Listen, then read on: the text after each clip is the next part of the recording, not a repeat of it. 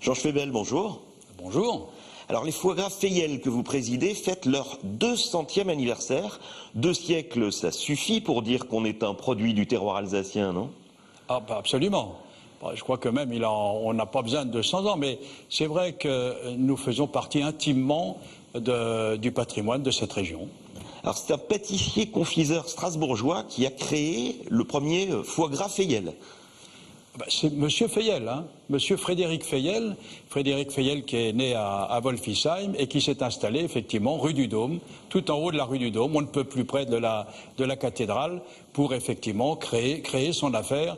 Et comme le foie gras se présentait très souvent en croûte à cette époque, c'est les confiseurs, les pâtissiers qui en fait maîtrisaient la recette.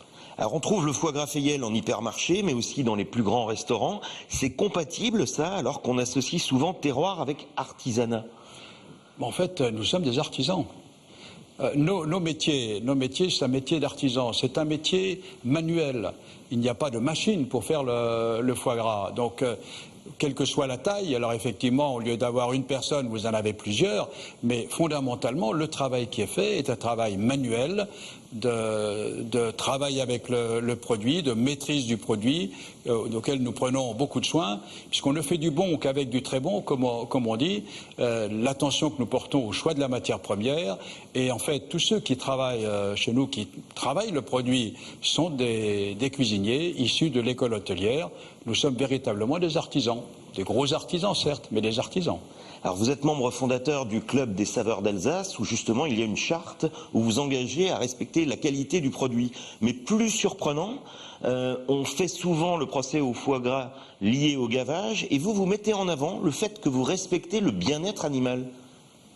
Alors, effectivement,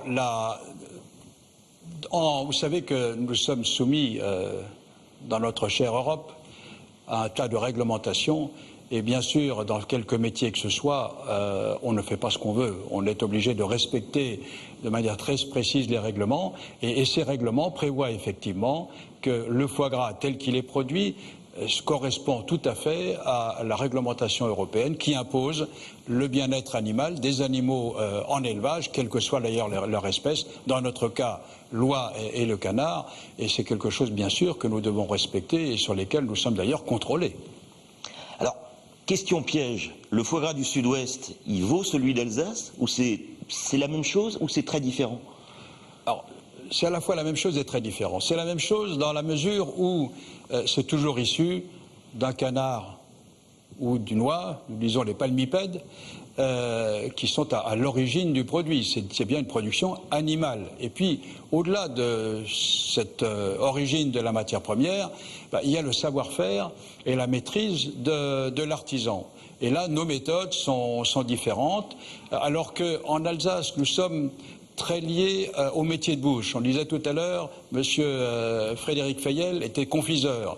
Son collègue Édouard Hartzner était traiteur, restaurateur, traiteur. Donc des gens qui finalement étaient des métiers de bouche et qui s'inscrivent d'emblée dans la gastronomie. Alors que nos collègues du Sud-Ouest, eux, sont plus, je dirais, dans le monde du rural, dans le monde de la proximité. Et souvent, ce sont les agriculteurs eux-mêmes qui préparaient leur foie gras, quand bien même il y avait une grosse partie de production et de consommation, d'autoconsommation. Donc, nous avons une approche différente. La nôtre est celle de la gastronomie. Nous avons d'ailleurs un certain nombre de recettes qui nous sont propres. Et donc, je ne les opposerai pas. Je dirais qu'ils sont complémentaires. Ce sont des visions différentes et au consommateur, finalement, de faire son choix.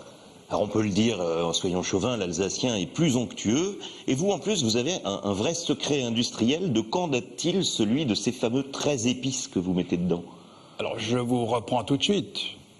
Pas industriel, artisanal. Nous avons effectivement, et ce n'est pas seulement notre maison, mais chaque maison alsacienne avait ses recettes d'épices. Et en fait, alors que dans le Sud-Ouest, c'est une des différences, on ne prend guère que du sel et du poivre, nous avons cette particularité de ce mélange d'épices. Et c'est vrai que dans le cas de Feyel, ce sont 13 épices différentes qui ont été associées avec des pourcentages et des proportions très particulières. Et donc là, nous avons de très vieilles recettes. C'est écrit dans un livre. D'ailleurs, la dernière recette date des années 1850 et nous continuons à les utiliser. Ce sont strictement les mêmes.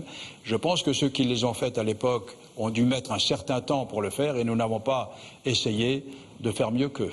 Georges Fével, merci. Merci à vous.